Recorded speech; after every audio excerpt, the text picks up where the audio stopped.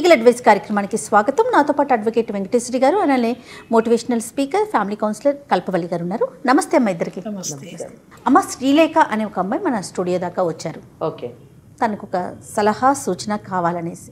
ఏ విషయంలోనండి? అది తన మాటల్లోనే తెలుసుకుందామమ్మా, అందుకే నేను రివీల్ చేయట్లేదు. ఓకే, స్టూడియోలో కూర్చొని ఉన్నారు కాబట్టి ఒకసారి మాట్లాడదాం. తప్ప. రైట్. నమస్తే అమ్మ శ్రీలేఖ. నమస్తే మేడం. నమస్తే మేడం, నా పేరు శ్రీలేఖ మేడం. నేను వికారాబాద్ నుండి వచ్చాను. అసలు నా ప్రాబ్లం ఎలా చెప్పాలో కూడా నాకు అర్థం కావట్లేదు మేడం. అసలు అది ఎట్లా చెప్పాలో కూడా నాకు తెలియట్లేదు మేడం. ఎంత ఉంటుంది? 17 సంవత్సరాలు మేడం. సో 17 అంటే మ్యారేజ్ అయితే కాలేదు? లేదు మేడం. అంటే నేను సమస్యతో ఉన్నాను అంటే ఏమైనా మ్యారేజ్ అయిందేమో, వాళ్ళ భర్తతో ఏమన్నా సమస్య ఏమో అని అనుకున్నాను. 17 years గర్ల్కి ఏం సమస్య ఉంటుంది? ఇది ఏమి ఇబ్బందికర పరిస్థితి ఏం లేదు, మేము చూసుకుంటాం. చెప్పున్నాను. నా ప్రాబ్లం అసలు ఎట్లా చెప్పుకోవాలో కూడా అది నాకు తెలియట్లేదు అసలు.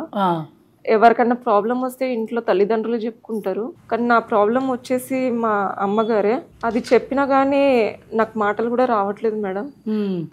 యాక్చువల్లీ నేను స్కూల్కి వెళ్ళేటప్పుడు అంత బాగానే ఉంది మేడం. కొద్ది రోజులకి నన్ను అందరూ ఏడిపించారు మేడం. మీ అమ్మ అలాంటిది, మీ అమ్మ ఇలా చేస్తుంది అంట కదా అనేసి చాలా మంది ఏడిపించారు. నేను అందరితో గొడవ పడ్డాను. మా అమ్మ అలా కాదు, మా అమ్మ ఇలా చేస్తుంది అలా చేస్తుంది అంటే ఏం చేసేది మీ అమ్మ? ఏం చేస్తుంది అంటే మీ అమ్మ వ్యభిచారం చేస్తుంది అంట కదా అనేసి అందరు ఏడిపించారు మేడం. నేను అసలు అవన్నీ నేను పట్టించుకోలేదు మా అమ్మతో.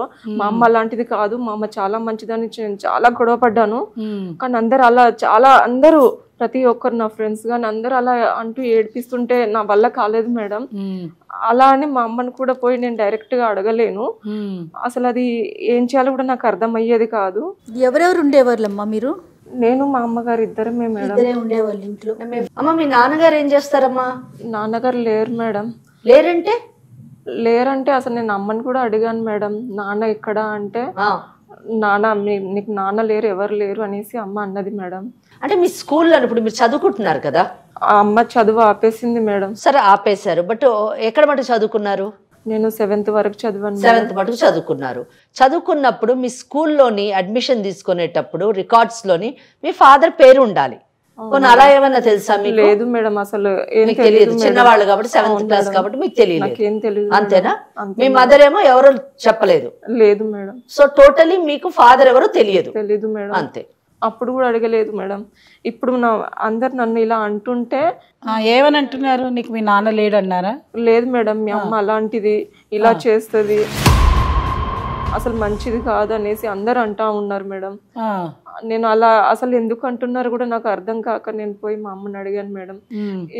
ఎందుకు అలా అంటారు, నేనేం చేశాను, ఎందుకు ఏడిపిస్తున్నారు అంటే మీ అమ్మ మంచిది కాదంట, అందరు మీ ఇంటికి వస్తున్నారంట.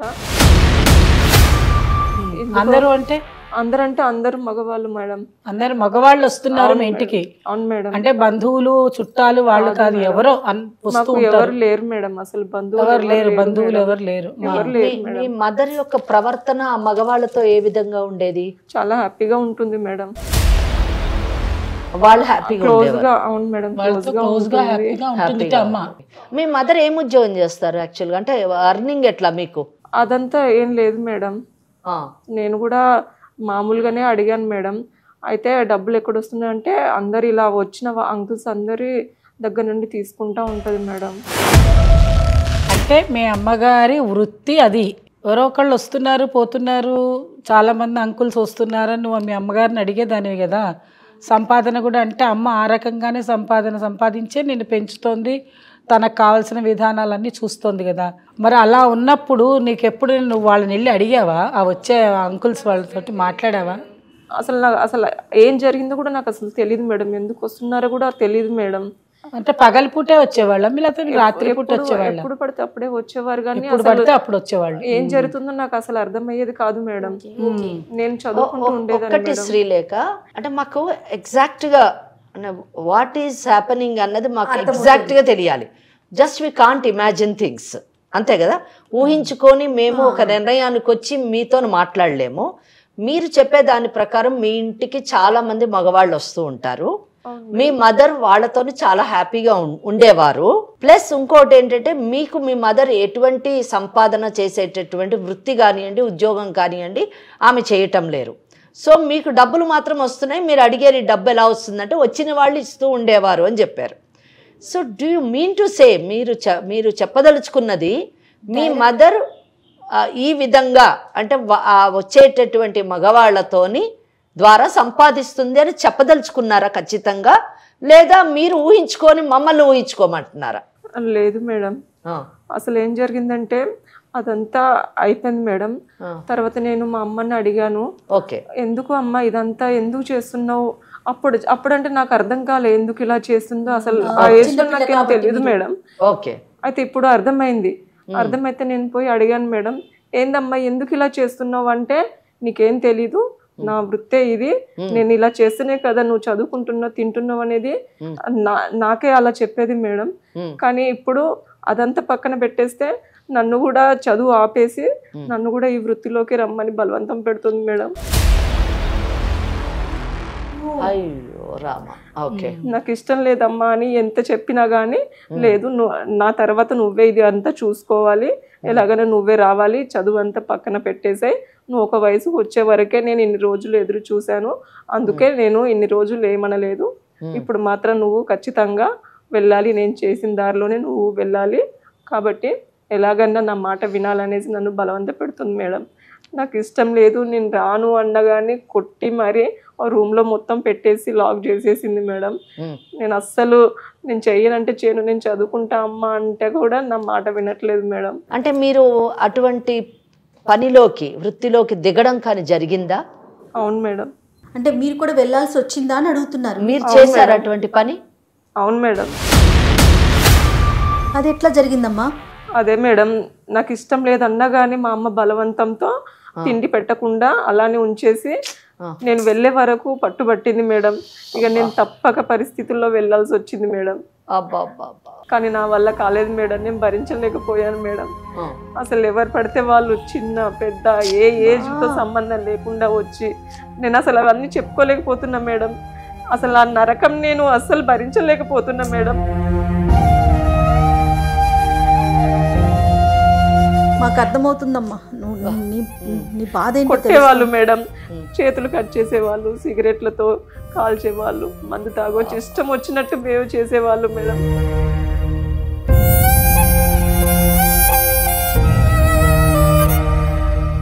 అసలు ఎందుకు బతుకున్నానా అని కూడా అనిపించింది మేడం.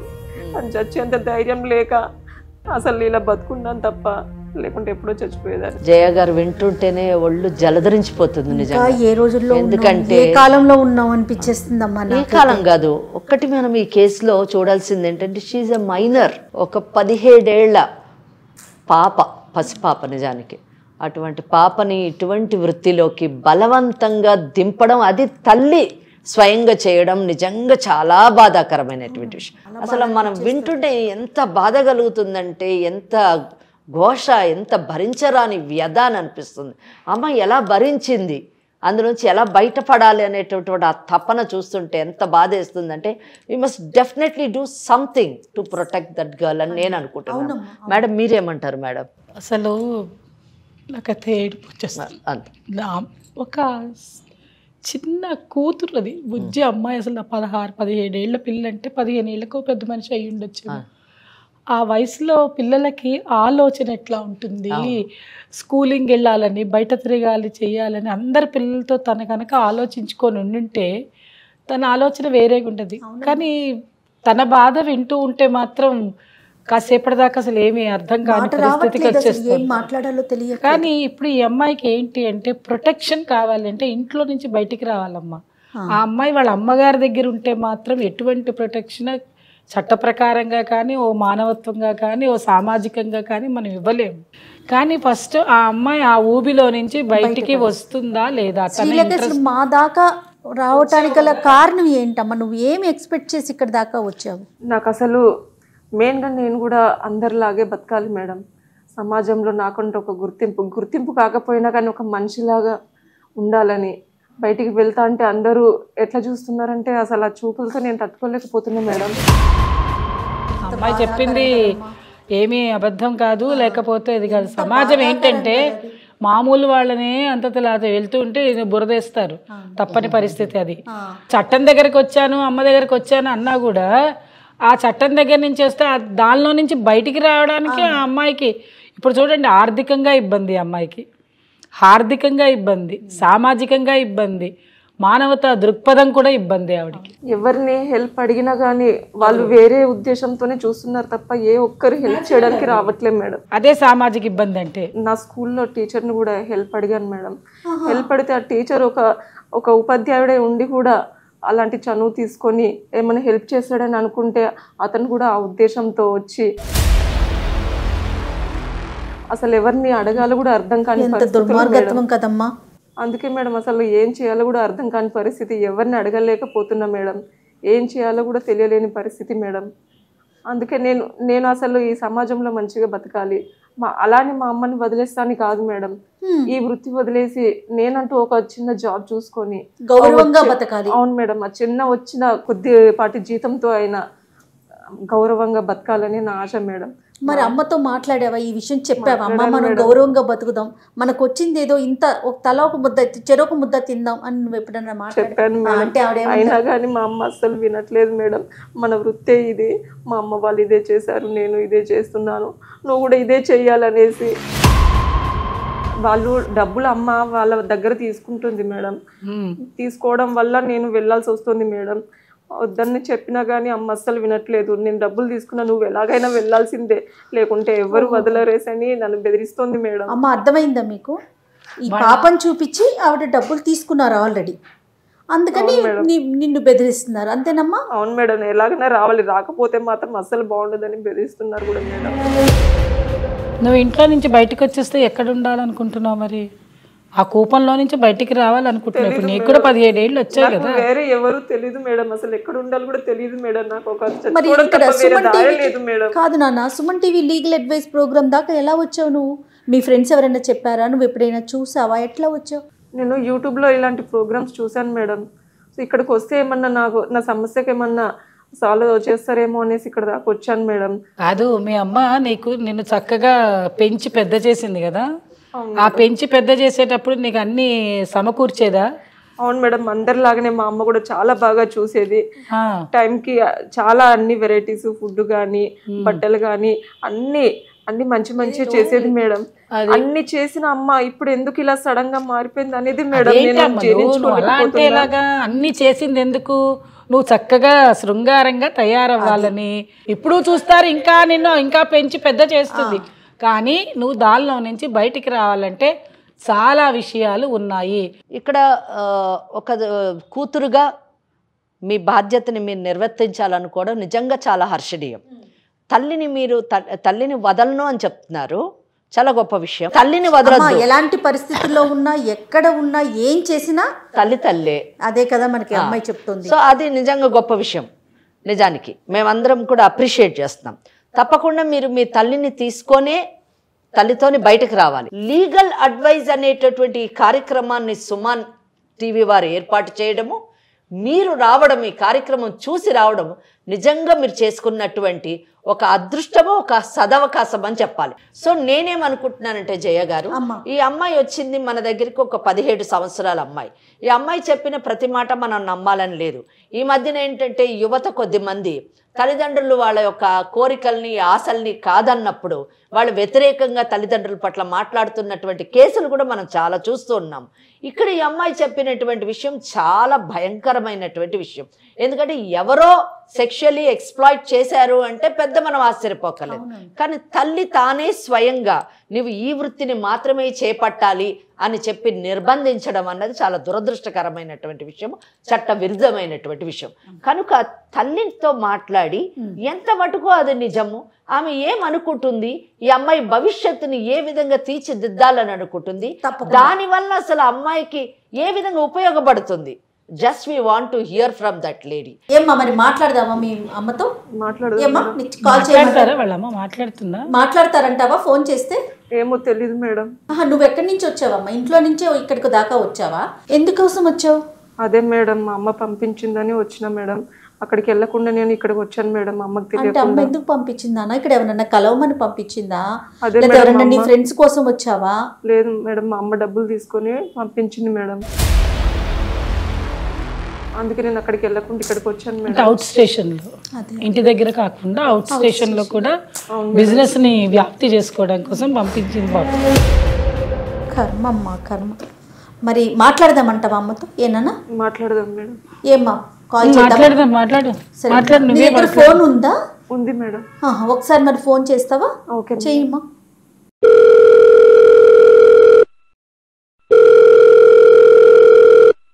హలో హలో అమ్మా.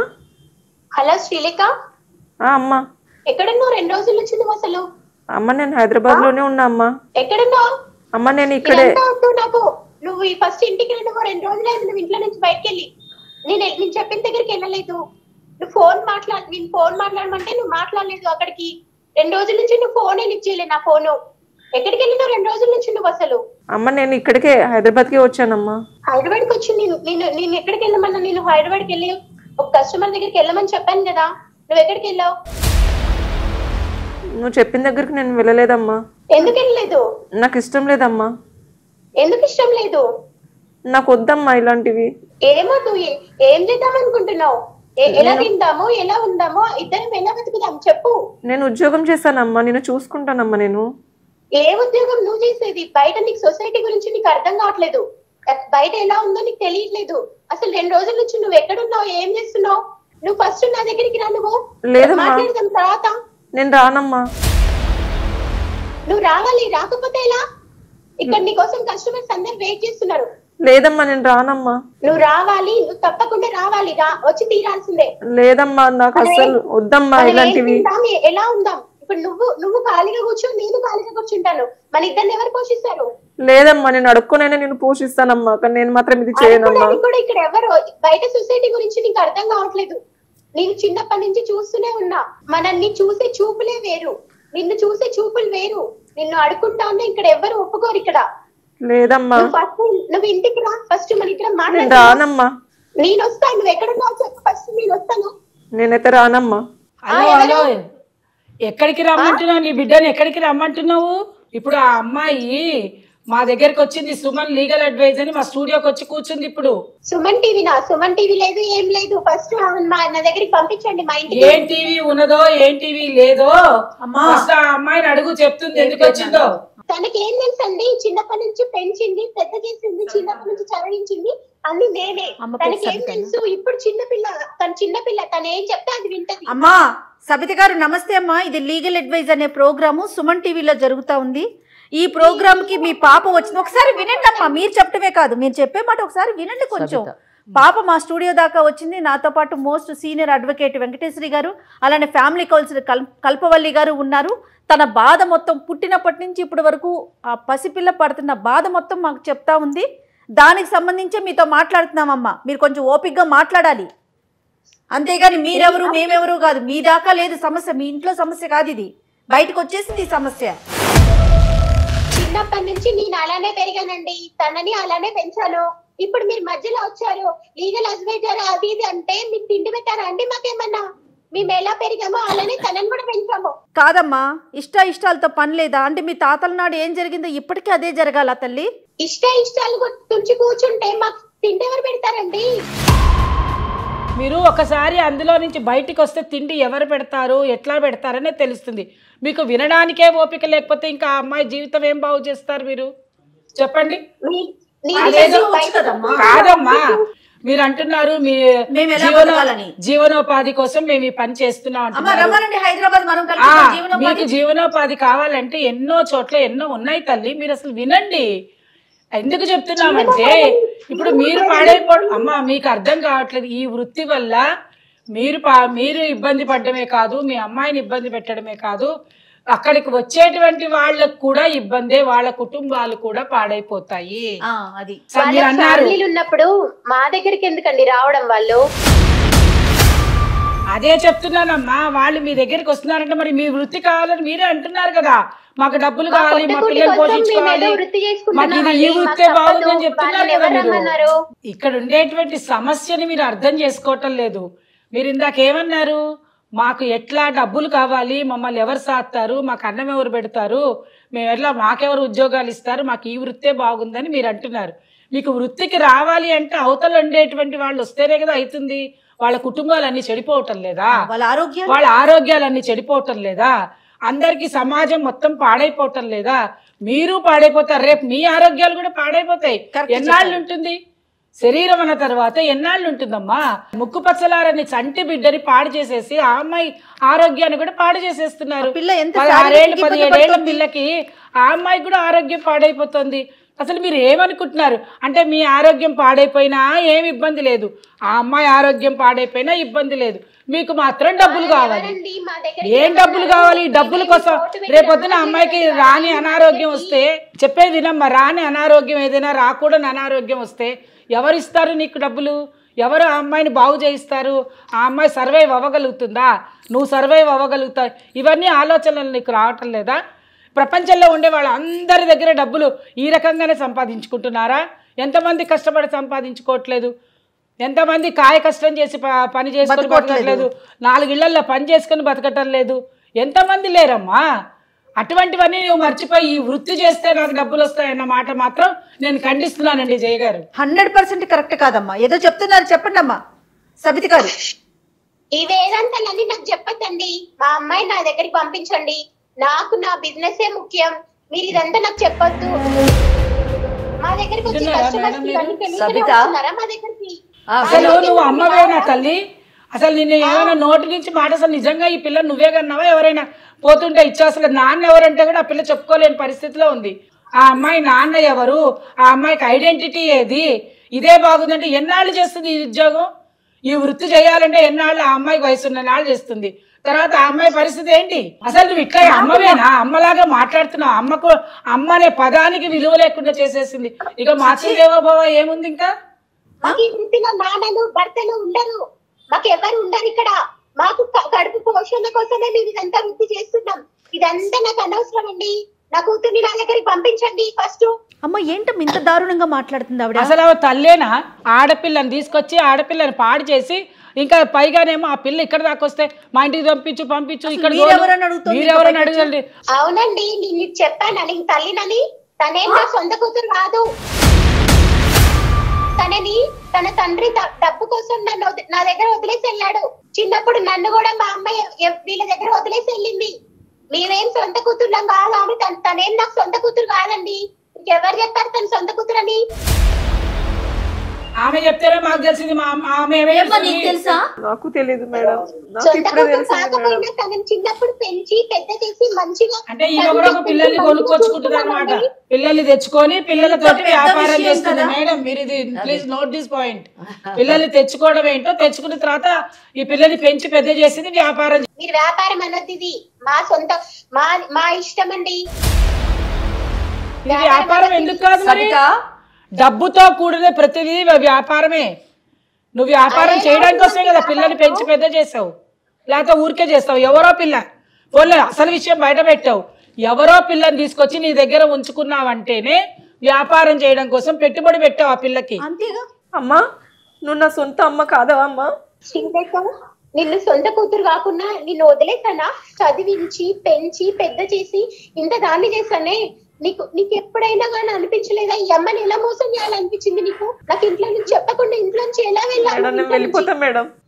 ఎక్కడికమ్మా? కూర్చో. అట్లాంటి వాళ్ళ కోసం నీ జీవితం పాడు చేసుకుంటే ఎట్లా? ఆమె చేసిన పనికి ఇంకా నువ్వు జీవితం కూడా పాడు చేసుకుంటావు. ఇప్పటికన్నా కళ్ళు తెచ్చుకుని బయటకు వచ్చావు. సమాజం అయిపోయింది. ఇప్పుడు సమాజంకి అయిపోయింది. ఎవరైతే ఆవిడ చక్కగా ఒప్పుకుంటోంది, తను చెప్పినవన్నీ వింటోంది.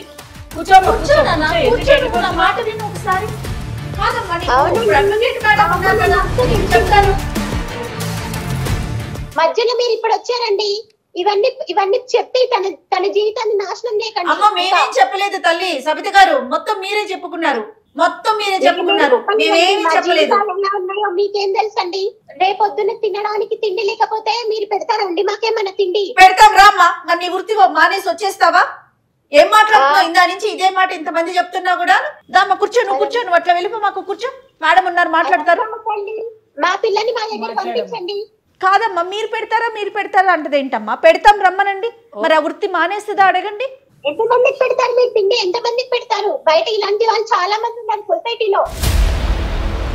ఓకే అమ్మా, ఓకే, నువ్వు చెప్పిన ప్రతి మాటని మేము ఒప్పుకుంటున్నాము, సరేనా? ఇప్పుడు మేము చెప్పేది కాస్త ఓపిక్గా ప్రశాంతంగా వినడానికి ప్రయత్నించు. నీకు అందులోని ఏమైనా నీకు అనుకూలంగా అనిపిస్తే ఉంటే తప్పకుండా నువ్వు చెప్పాలని మేము ఆమోదిస్తాము. ఒకవేళ నీకు అనుకూలంగా లేదనుకో, నువ్వు చెప్పింది వినాలి. ఒకవేళ వినలేదనుకో, వినేటట్టు చేస్తాం. సో నేను వెంకటేశ్వరి అని లాయర్ని. నేను మీ అమ్మాయి మా దగ్గరికి లీగల్ అడ్వైస్ సుమన్ వారు నిర్వహించేటటువంటి కార్యక్రమానికి వచ్చింది. నేను ఇటువంటి వృత్తిని నిర్వర్తించలేను, నేను చెయ్యలేను, నన్ను కాపాడండి మేడం, నాతో పాటు మా అమ్మను కూడా రక్షించండి, ఈ వృత్తిలోంచి బయటికి తీసుకొచ్చి మా అమ్మను నాకు ఇచ్చి మేమిద్దరము స్వేచ్ఛగా స్వాతంత్రంగా గౌరవంగా బ్రతకాలి అని చెప్పేసి ఆమె కోరుకుంది. సో ఇక్కడ సబిత, చెప్పండి మేడం. నువ్వు చెప్పిన ప్రతి మాట నేను జాగ్రత్తగా విన్నాను. నిజం చెప్పాలంటే మీరు మాట్లాడిన మాటలు విన్న తర్వాత కూడా నా హృదయం ద్రవించింది. నిజమే, ఒక మనిషి బ్రతకడానికి సభ్య సమాజంలో చాలా కష్టపడాల్సి వస్తుంది, చాలా పనులు చేయాల్సి వస్తుంది. అంటే ఒక గుప్పడి అన్నం సంపాదించుకోవడానికి మనం ఎన్నో పనులు చేసి సంపాదించుకుంటాం, కానీ ఆ చేసేటటువంటి పని గౌరవప్రదంగా ఉండాలి, సమాజం ఆమోదించేటట్టుగా ఉండాలి. రెండో విషయం ఏంటంటే, ఒక గుప్పడి అన్నం సంపాదించుకోవడానికి మనం నాశనం అయిపోతూ ఇతరులను కూడా నాశనం చేసేటటువంటి అధికారం మనకు ఉందా లేదా అన్నది కూడా మనం గమనించాలి. ఇక్కడ ఇందాక మీ మాటలన్నీ వింటున్నప్పుడు జయ మేడం ఒకటి అన్నారు, ఇటువంటి బిజినెస్ అనేటటువంటి పదం చాలాసార్లు ఆ పదం వినిపించింది. ఇది మా వృత్తి అని చెప్పి మీరు అన్నారు, వ్యాపారం అని అన్నారు, మళ్ళీ అన్నారు మమ్మల్ని ఎవరు చూస్తారండి అని అన్నారు, ఇది వదిలేస్తే మేము ఎలా బ్రతకాలండి అని అన్నారు. మీ అమ్మాయితో మాట్లాడేటప్పుడు మనకు తిండి ఎవరు పడతారు, సమాజం ఇలాగే చూస్తుంది, వాళ్ళు చూసేటటువంటి చూపులు ఇలాగే ఉంటాయి అని చెప్పి అన్నారు. వీటన్నిటిని నేను ఏకీభవిస్తాను. సమాజం ఎవరిని ఎలా చూడాలో అలాగే చూస్తుంది. మీరు మొదటి నుంచి ఈ వృత్తిని చేపట్టారు కాబట్టి మిమ్మల్ని అలా చూస్తుంది. అదే మీ అమ్మాయిని మీరు ఒక మంచి పొజిషన్లో నిలబెట్టుంటే ఆ అమ్మాయిని అలాగే సమాజం చూసేది. ఇవన్నీ చెప్తారు, మేము ఇప్పుడు వెళ్ళి ఎలా బతకాలి మేడం బయటికి వెళ్ళి? ఓకే ఓకే, ఆ విషయంలో మాట్లాడదాం. మమ్మల్ని ఎలా చూస్తుందో మీకు తెలుసు కదా మేడం.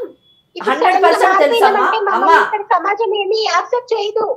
సబిత మీరు నేను చెప్పాను ఇందాకే, మొదట మాట్లాడేటప్పుడే చెప్పాను, మీ యొక్క బాధని నేను అర్థం చేసుకోగలను. మాటలు చెప్పడం చాలా సులువే, నేను కాదని చెప్పను. కానీ మీరు చేపట్టినటువంటి వృత్తి మీ ఇష్టంతో మీరు చేపట్టడం వేరు, అవసరం కోసం చేపట్టడం వేరు, మీ అవసరం కోసం ఇంకొకళ్ళు బలవంతం చేయడం వేరు. ఈ థర్డ్ కేటగిరీలోని మీరున్నారు. ఇప్పుడు మీ అమ్మాయిని బలవంతంగా ఈ వృత్తిలోకి దింపాలి అనుకుంటే అది దింపేటటువంటి అధికారం కానివ్వండి, హక్కు కానివ్వండి మీకు ఉందా లేదా? ఎందుకంటే అందరూ మాట్లాడుతున్నప్పుడు ఒక మాట అన్నారు, మీ అమ్మాయి లేచి వెళ్ళిపోయి నాకు అక్కర్లేదు మేడం, ఆమె నా తల్లే కాదన్న విషయం ఇప్పుడు తెలిసిన తర్వాత ఇంకా నేను ఎందుకు అని ఆమె వెళ్ళిపోతుంటే జయ మేడం ఒకటి అన్నారు, ఇది ఇప్పుడు నీ సమస్య కాదమ్మా, ఇది సమాజానికి సంబంధించినటువంటి సమస్య అన్నారు. 100% అది కరెక్ట్ మేడం. తనని నా కూతురు కంటే ఎక్కువ పెంచుకున్నాను మేడం. 100% అమ్మా, పెంచుకున్నావు కాదని ఎవరన్నారు? పెంచుకున్నావు. దేనికి పెంచావు? 17 ఏళ్ళు 16 ఏళ్ళు వచ్చిన తర్వాత నీ అవసరం తీర్చుకోవడానికి పెంచావు. నీ అవసాన దశలోని నీ యొక్క జీవితం వెళ్ళగక్కడానికి నువ్వు పెంచావు, అంతేగాని అమ్మాయి మీద ప్రేమతో నువ్వు పెంచలేదు. సొంత కూతురు కంటే ఎక్కువ చూసుకున్నాను. అవునమ్మా, సరే నువ్వు ఇదే మాట మీద ఉండాలి సబిత. సొంత కూతురు కంటే ఎక్కువ చూసుకున్నారు కదా, ఒకవేళ మీ సొంత కూతురు అయితే ఇలాగే చేస్తారా చెప్పండి మేడం? మీ వల్ల నాకు తన కూతురు కాదని తెలుసండి. ఇప్పుడు ఏంటి మేడం? ఇప్పుడు ఇదంతా తను ఉంటేగా వస్తుందో వెళ్ళిపోతుందో, ఇంటికి వస్తుందో రాదో, ఇప్పుడు తను ఎక్కడికి వెళ్ళిపోతుందో, ఇప్పుడు మా జీవన ఆధారం ఎలా మేడం? చిన్నప్పటి నుంచి మా అమ్మ ఇలానే పెంచింది, తనని నేను అలానే పెంచాను. అది నీ బ్రతుకు తెరువు గురించి ఒక అమ్మాయి జీవితాన్ని పాడు చేస్తావా? ఏం సబిత, నేను ఇంతసేపు ప్రశాంతంగా మాట్లాడాను, నీ వ్యధను అర్థం చేసుకున్నాను, నీ ఆకలి బాధను అర్థం చేసుకున్నాను. సరే, నీ జీవితం ఎలాగో పాడైపోయింది, మాట్లాడదు. నువ్వు ఏం మాట్లాడుతున్నావు? నేను ఇంతసేపటి నుంచి గమనిస్తున్నాను, నువ్వు మాట్లాడేదంతా ఒకటే మాట, ఎలా బ్రతకాలి ఎలా బ్రతకాలి ఎలా బ్రతకాలి. ఇందాక మేడం చెప్పారు, ప్రపంచంలో అందరు బతకట్లేరా? కూలో నాలో చేసుకొని బతుకుతున్నారు గౌరవంగా. ఏమి శరీరాన్ని నమ్ముకొనే బ్రతుకుతున్నారా ప్రతి ఒక్కళ్ళు? కన్న కూతురులా పెంచారంటావు. ఏ కన్న తల్లి అయినా ఏ కసాయి తల్లి అయినా ఇటువంటి పని చేపిస్తుందా కూతురుతోని? ఏం మాట్లాడుతున్నావు? మా వృత్తి మేము చేసుకుంటానని అంటున్నావు. ఏంటి వృత్తి? ఇది వృత్తా? దీనికి చట్టబద్ధత ఉందా? ఏం మాట్లాడుతున్నావు? చెప్పింది వినవు. పంపించండి, నేను అదే వృత్తి చేయిస్తానంటే చేయడానికి వీల్లేదు. పంపించాం మేము. మేడం జయ గారు మీరు ఒక్కటి వినండి. ఫస్ట్ ఆఫ్ ఆల్ అంటే మనము వాళ్ళని బ్రతిమాలాల్సిన అవసరం లేదండి. ఒక స్టేజ్ మటుకు కొన్ని కేసుల్లోని మనం బ్రతిమాలతాం, సరైన సక్రమ మార్గంలో పెట్టడానికి ప్రయత్నం చేస్తాం, కౌన్సిలింగ్ చేస్తూ ఉంటాం. ఇక్కడ ఇంతసేపు మీరు కానివ్వండి లేదా కల్పవల్లి గారు కానివ్వండి మాట్లాడుతూ ఎంతో నచ్చ చెప్పడానికి ప్రయత్నించారు.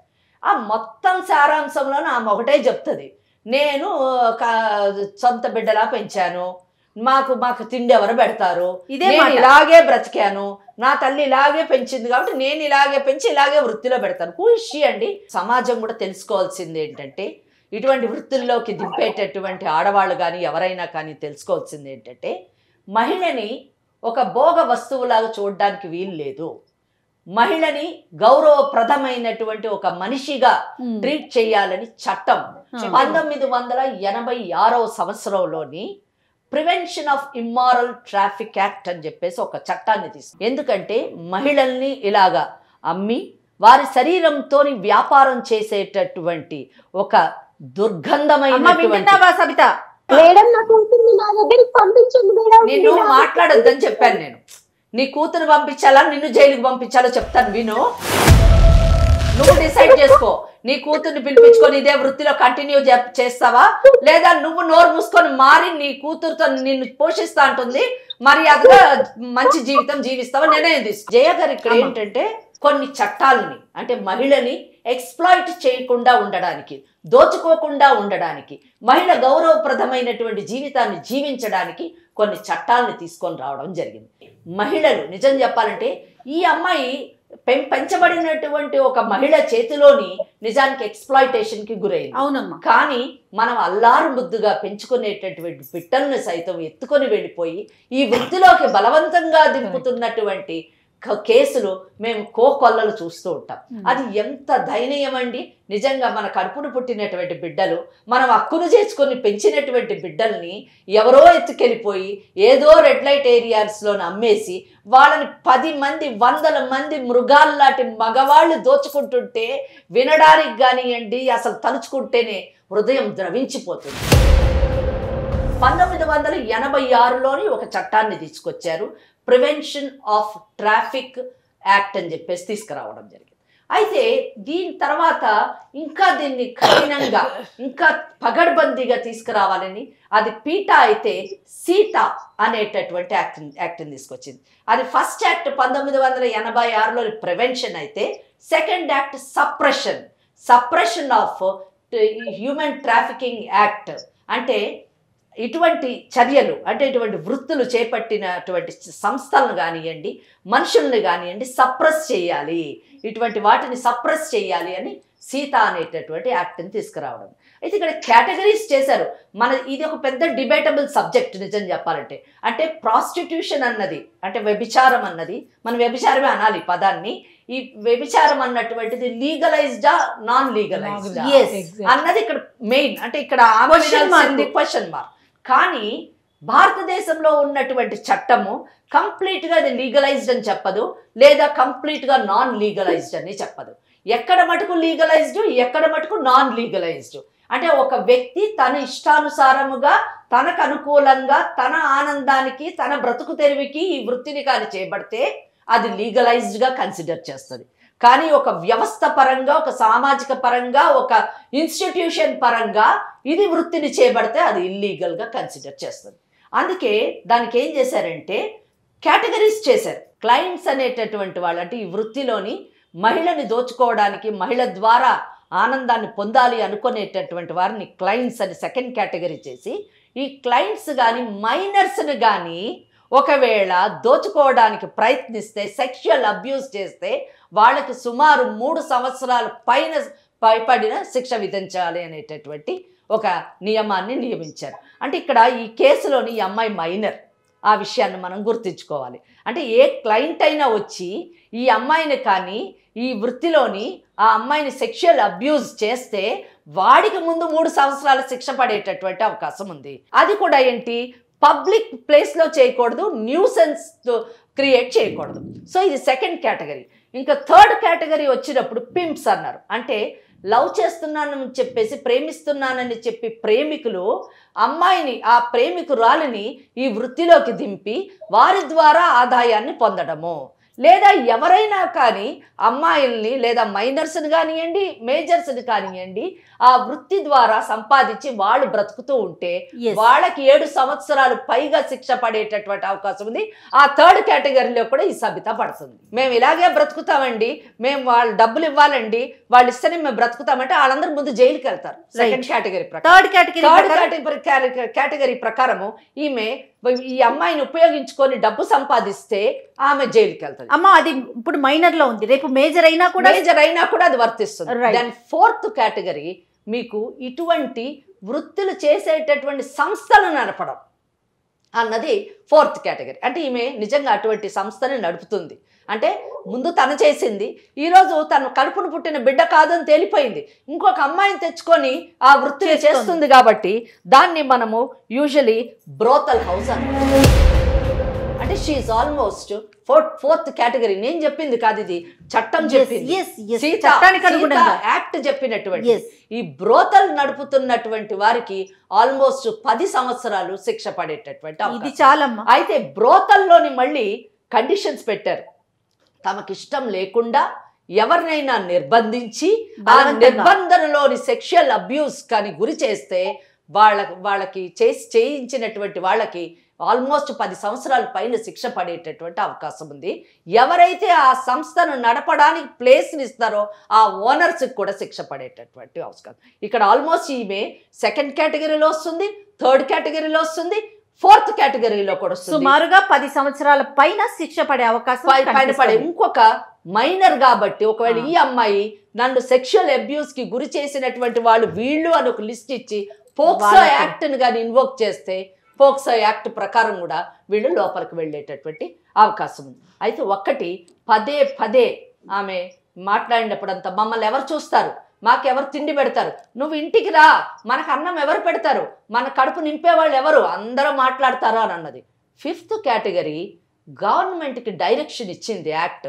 ఏమైనా ఎవరైనా కానీ ఇటువంటి వాటిలో పడి ఒకవేళ బయటికి రాలేకపోతే బయటికి రావాలని అనుకుంటే వాళ్ళని రెస్క్యూ చేయాల్సినటువంటి బాధ్యత ప్రభుత్వం పైన ఉంది. First point is rescue, second rehabilitation. అంటే వాళ్ళలోని మార్పును తీసుకొచ్చి వాళ్ళ జనజీవనంలోని వాళ్ళు ప్రవేశపెట్టి వాళ్ళ జీవితాన్ని వాళ్ళు నిర్భయంగా గౌరవంగా ఆర్థిక పరంగా సామాజిక పరంగా అన్ని విధాలా ఎదిగేటట్టుగా తయారు చేసేటటువంటి రిహాబిలిటేషన్ సెంటర్స్లోని ఫస్ట్ రెస్క్యూ, ఫస్ట్ కాపాడుతుంది, సెకండ్ రీహాబిలిటేట్ చేసి వాళ్ళకు ఒక మంచి జీవితాన్ని ప్రొవైడ్ చేయడానికి చెయ్యాలి అని సీతా యాక్ట్ 5th కేటగిరీలోని మెన్షన్ చేసింది. మనలాంటి సంస్థలు, మనలాంటి ఛానల్స్ ఇటువంటి కేసులు మీడియా ద్వారా ఇటువంటి అమ్మాయిల్ని కాపాడి వీళ్ళని మనం ట్రైన్ చేసి, అంటే ఏదో ఒక వృత్తిలోని ఈరోజు ఎన్ని ఉన్నాయి, బ్యూటీ పార్లర్స్ ఉన్నాయి, ఫ్యాషన్ డిజైనింగ్స్ ఉన్నాయి, అమ్మాయిలు తలుచుకోవాలంటే ఎన్నైనా చేయొచ్చు, మనసుంటే చాలా మార్గాలు ఉన్నాయి. ఎందులోనూ తర్ఫీదు ఇచ్చి ఆ అమ్మాయికి ఒక మంచి జీవితాన్ని ఇచ్చి తన కాళ్ళ మీద తను ఆర్థికంగా నిలబడేటటువంటి స్థాయికి మనం తీసుకెళ్ళి తప్పకుండా ఇటువంటి అమ్మాయిల్ని మనం కాపాడాలి. ఈ యొక్క ప్రోగ్రామ్ యొక్క ఉద్దేశము అవేర్నెస్ ఇవ్వడమే కాదు, దీనులు ఆప్తులు అయినటువంటి అమ్మాయిల్ని గౌరవంగా బ్రతకాలి అనుకునేటటువంటి అమ్మాయిల్ని బ్రతికేటట్టుగా చేసేటటువంటి కార్యక్రమం కూడా చేపట్టాలని నేను కోరుకుంటున్నాను. తప్పకుండా అటువంటి అవకాశం ఉంది. ఒకవేళ సబిత విన్నావు కదా, నువ్వు కానీ మర్యాదగా నువ్వు కూడా బయటకు రా, నువ్వు కూడా మంచి జీవితాన్ని కల్పించడానికి ప్రయత్నిస్తాం. లేని పక్షంలో నేను చెప్పినటువంటి ఈ కేటగిరీస్ ఉన్నాయి కదా, 2nd, 3rd, 4th, ఇంకోటి పోక్సా యాక్ట్, ఇవన్నీ ఇన్వోక్ చేసి నీకు జైలు జీవితమే సరైన జీవితమైన, అక్కడ హ్యాపీగా ఉండొచ్చు, అక్కడ అన్నం కూడా పెడతారు, నీ చేత పని కూడా చేయిస్తారు. ఈ పని కాదు, అక్కడ వేరే పనులు ఉంటాయి, బుట్టలు అల్లడాలు, కూరగాయలు కోయడాలు, ఈ పనులన్నీ పెట్టించి నేను బతికేటట్టు చేస్తాం. ఈ రెండిట్లో ఏది కావాలో చెప్పు. జైలు బయట ఉండి బ్రతుకుతావా, జైలు లోపలుండి బ్రతుకుతావా డిసైడ్ చేస్తా.